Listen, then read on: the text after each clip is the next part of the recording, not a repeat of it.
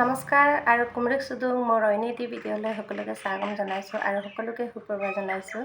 মই অঞ্জু বেগেনৰ আজি আপোনালোকৰ মাজত ভিডিঅ' এটা লৈ আনিছোঁ। এনেকৈ বিশেষ কাৰণ ভিডিঅ' নহয়, কিন্তু এবাৰ মই আকৌ তাত গেট এক্সাম দিবলৈ লৈছোঁ।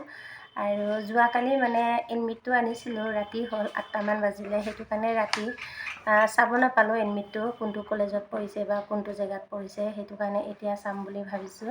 এয়া হ'ল এডমিট কাৰ্ড। তাৰমানে যেতিয়ালৈকে বয়স আছে তেতিয়ালৈকে এক্সামটো দিয়ে থাকিম বুলি ভাবিছোঁ।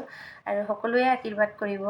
কিমান আৰু এক্সাম দি থাকিম, পাৰ্চেণ্টেজটো অলপ কম। সেইটো কাৰণে মই ইণ্টাৰভিউ দিলেও হয়তো পাছ কৰিব পৰা নাই চাগে। মই এক্সামটো দিয়াটো ভালকৈ দিম, কিন্তু পাৰ্চেণ্টেজটো অলপ কম হ'ল।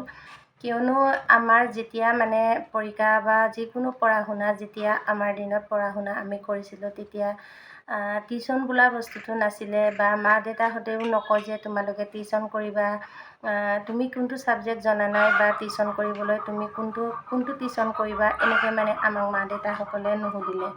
আৰু যিটো আমি পাৰিছিলোঁ, যিটো জানিছিলোঁ, সেইটোৱে আমি এক্সামতো লিখি আহোঁ, বা যিটো পঢ়ি পিনি যাওঁ, যিটো জানো, সেইটোৱে আমি এক্সামতো দি থৈ আহোঁ।